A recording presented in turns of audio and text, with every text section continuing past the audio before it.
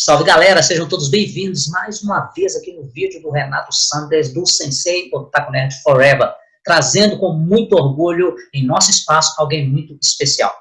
Depois da vinheta, vamos conhecer um pouco mais sobre uma alma ultra jovem.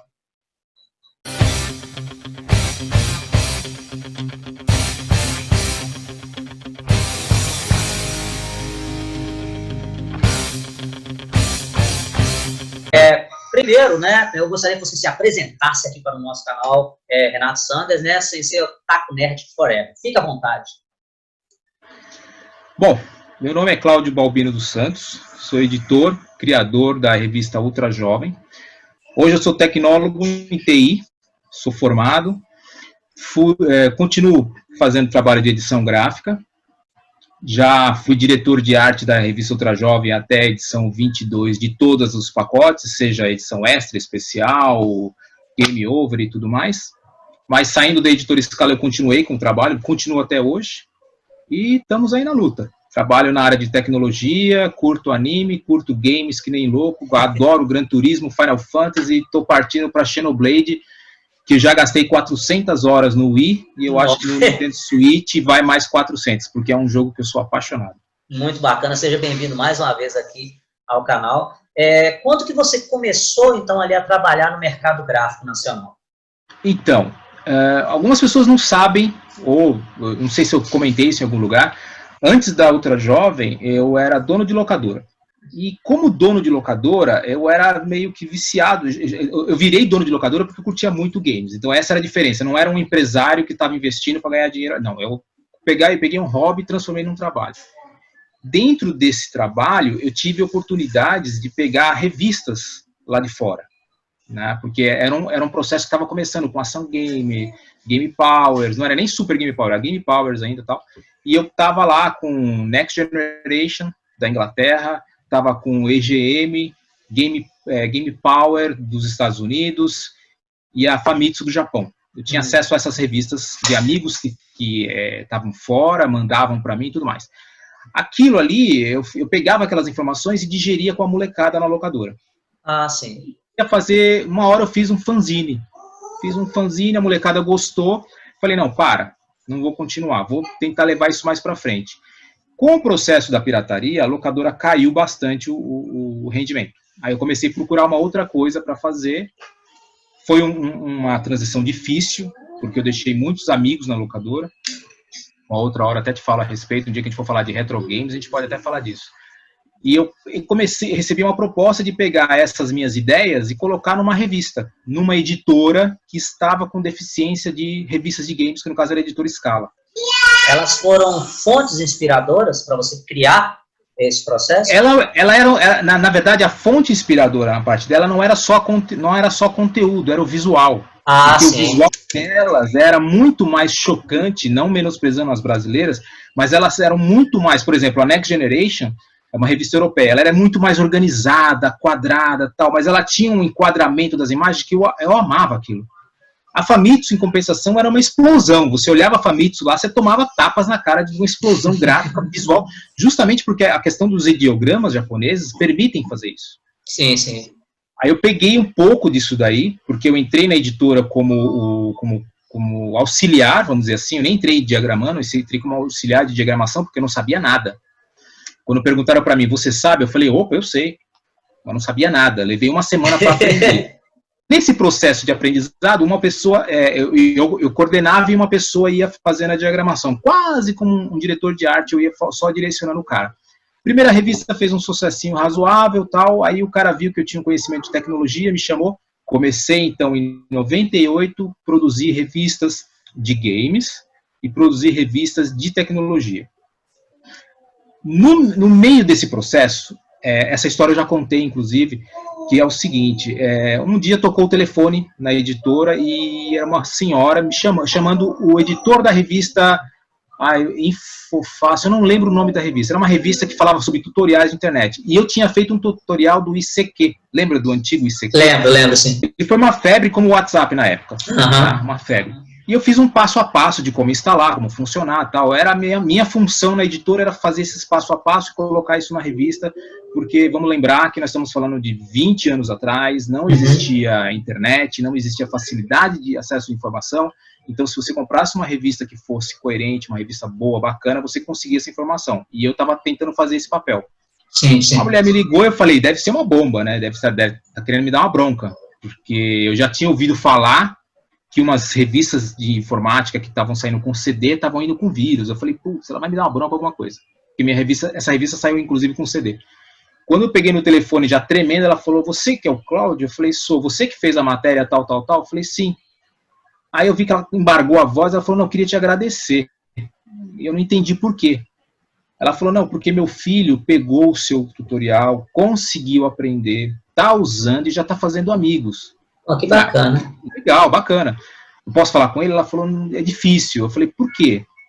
Porque ele é tetraplégico. Caramba, rapaz, caramba! De coração, porque meu filho já há quase 2 anos que não fazia amigos. Tá no ICQ, as pessoas falam com ele normal, tudo. E aí ela começou a chorar, eu comecei a chorar também, e ficou aquela coisa, eu agradeci, e aquilo ficou no meu coração.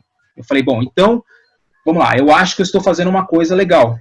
Assim a revista começou a progredir, eu fiz mais umas 4 ou 5 edições, e aí começou a estourar uma febre do Pokémon no Brasil. Calhou do estúdio crescer, o estúdio cresceu, foi para um estúdio maior, o chefe do estúdio me chamou e falou assim, Cláudio, você tem condições de fazer uma revista sobre esse Pokémon? Eu falei, tenho, mas posso fazer uma coisa a mais? Ele virou e falou assim, você tem carta branca. Aí eu fiz isso daqui, ó. Um detalhe que não podia faltar na capa era o Pikachu. E por quê? Eu peguei a ideia dele, ó, o pôster da revista, inclusive é esse aqui, ó. Bacana, o primeiro filme. Por que esse é o pôster? Porque é o seguinte, eu tive que pegar a ideia dele, tá? Transformar a ideia dele num projeto e aproveitar a carta branca e colocar o que eu queria no projeto. Isso não era conhecido ainda popularmente, era só mais pela pirataria. Por quê? Voltando um pouco atrás, quando eu estava na locadora, eu tive a oportunidade de fazer a seguinte coisa. Chegava quarta, quinta-feira e eu não tinha ninguém na locadora. Era um movimento vazio e tal, e eu tinha medo de ficar sozinho na locadora. Aí o que eu fiz? Eu levei algumas fitas e comecei a assistir minhas fitas lá. De onde vieram essas fitas? Veio do Japão, porque um dia eu estava assistindo televisão, estava assistindo a Rede Globo lá, e lembro até hoje, era o Alexandre Garcia que apresentava o Jornal da Globo, que passava de madrugada.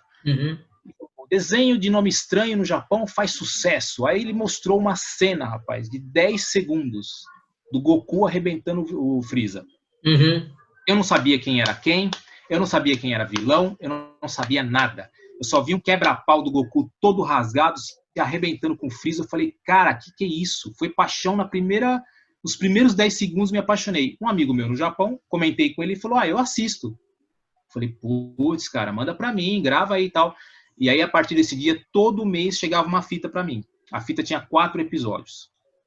Quando chegava aqui em casa, é porque ele gravava durante o mês. E era engraçado que a gente até discutia na época que ele conseguia programar o videocassete dele. Você que é também das antigas, lembro. Quase ninguém sabia programar. Lembro. E eu também sabia. Ele programava lá pra mim, inclusive no meio de alguns episódios, vinha alguns programas. E os comerciais, né? Os famosos comerciais, né? Eram sensacionais. Então, a fita inteira a gente degustava como se fosse um evento aqui em casa, era eu e meu irmão. Sim. Eu peguei essas fitas e comecei a levar na locadora. E na locadora eu usava de quarta-feira, usava quarta ou quinta-feira, estava sem movimento. Um belo dia, eu estava assistindo, quando eu olho para trás, o chão da locadora forrado de moleque. Eu não tinha visto eles entrarem, eu não vi eles entrarem, olha que vacilo. E era esses moleque que andam na rua, sem chinelo, sabe, pobrezinho, não tem muito o que fazer. Aí eles olhavam para mim, alguns deles já estavam se levantando, achando que eu já ia botar para correr, dando bronca, né? Eu falei, como é que vocês entraram? Eu falei, a gente entrou devagarzinho, não queria, a gente ficou com medo que você não ia deixar. Eu falei, se liga, vocês querem assistir? Quero. Aí eu voltei para uns capítulos anteriores, começamos a assistir, resultado, fiz amigos ali, a molecadinha assistindo comigo, eu falava, você vai lá comprar pão, você vai lá pegar a coca, vamos lá, vamos fazer um lanche. Então eu assistia Dragon Ball com a molecada, comendo lanche com a molecada da rua, ali dentro da locadora. Cara, Que bacana, muito bacana. era uma coisa que me dava um prazer absurdo. Não estou me perfazendo, não tem nada, não tirei foto, nada, é só comentando como tudo começou. Uhum. Aí eu vi que começou a ter um interesse grande sobre isso e juntei, enfim, assisti todo o material. Eu sei que no meio veio Saint Seiya, que depois nós descobrimos que era Cavaleiros, um desenho esquisito chamado Yu Yu Hakusho. Tá. Essa época que você pegou, era que veio Yu Yu Hakusho e tal, isso foi o que, 98? Que ano que foi isso, mais ou menos? Isso era 98 porque a Ultra Jovem saiu só em 99.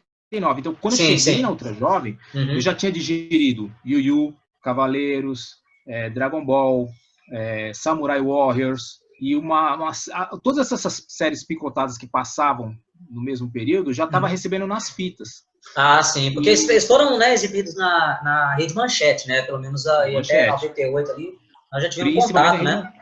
Depois veio um pouco na Bandeirantes, aí alguma coisa e tal. A Band foi esperta, quando trouxe Dragon Ball Z em 99 ali, ela preencheu a lacuna que Manchete deixou, depois, né, que a emissora saiu do ar e tal. Você sabe que o grande responsável por isso é Eduardo Miranda. Eu conheço ele, conversei muito com ele. Ele é o responsável por trazer esse... Aliás, ele é responsável até pelo Dragon Ball na Globo. Tive uma conversa com ele. Ele foi o cara que botou o pescoço à prova e falou, se não fizer sucesso, me tira. Fez sucesso e a Rede Globo não costuma mostrar sucesso assim dos seus funcionários e tal, mas o Eduardo Miranda é o responsável sim pelo sucesso e por estar colocando o Dragon Ball ali na Rede Globo. Muita gente tem que agradecer ele para muita coisa que conseguiu passar aqui no Brasil. Até os animes adultos que saíram na Manchete, naqueles pacotes de animes adultos. Sim, que era do US Mangá, né? Do US Mangá. Aí tinha as fitas originais. Tive oportunidade na locadora de ir para os Estados Unidos algumas vezes, trazer os cartuchos, trazer as fitas. Outros tempos, né? Hoje não se faz mais isso. Não. E eu trazia bastante anime, bastante coisas desse tipo, e as pessoas não tinham acesso. Eu sou um cara, que eu costumo dizer, as pessoas entendam como quiser, mas eu sou um cara que gosta de compartilhar. Eu gosto de levar, eu gosto de mostrar, e esse espírito me ajudou na Ultra Jovem, depois que eu fiz a número 1, que acredite, ela fez um sucesso razoável, tá? Na editora Scala, na época, eu lembro até hoje o número, na editora Scala me falavam assim que a revista que mais vendeu era uma revista do Leonardo DiCaprio, 60 mil exemplares, e aquele número ficou na minha cabeça. E essa aqui considerava-se na época uma editora lançar uma revista número 1, não vender mais do que 5, 10%. Essa aqui acho que vendeu 20, 30%. Caramba. Aí o cara chegou e falou, você tá de parabéns, vamos para número 2, tal, assim, com cautela, né? Aí na número 2 eu falei, mas eu posso fazer do meu jeito? Ele falou, você tem carta branca. Aí a número 2 ficou assim. Aí conseguiu trazer, Pikachu, né? Aí você conseguiu, né? Sim, aí eu tenho o Pikachu, tenho o espírito da Ultra Jovem nascendo, não é Ultra Jovem raiz, vamos dizer assim, né? Mas eu já tenho aqui todo o meu estilo, aonde eu fiz o quê? Eu peguei todo o conhecimento, ou parte do que eu poderia pegar de Famitsu, de Next Generation, de IGM, que foram minhas fontes inspiradoras. Sim. Minhas fontes inspiradoras foram essas revistas de fora, porque era uma proposta diferente. Juntei com o hobby, com aquilo que eu amava, que eu já tinha consumido, quando eu comecei a já tinha consumido Dragon Ball até Dragon Ball GT. O que leva a gente para a edição número 4, que é essa daqui. Sim, acho que até separei ela aqui, acho que eu tenho essa 4 também.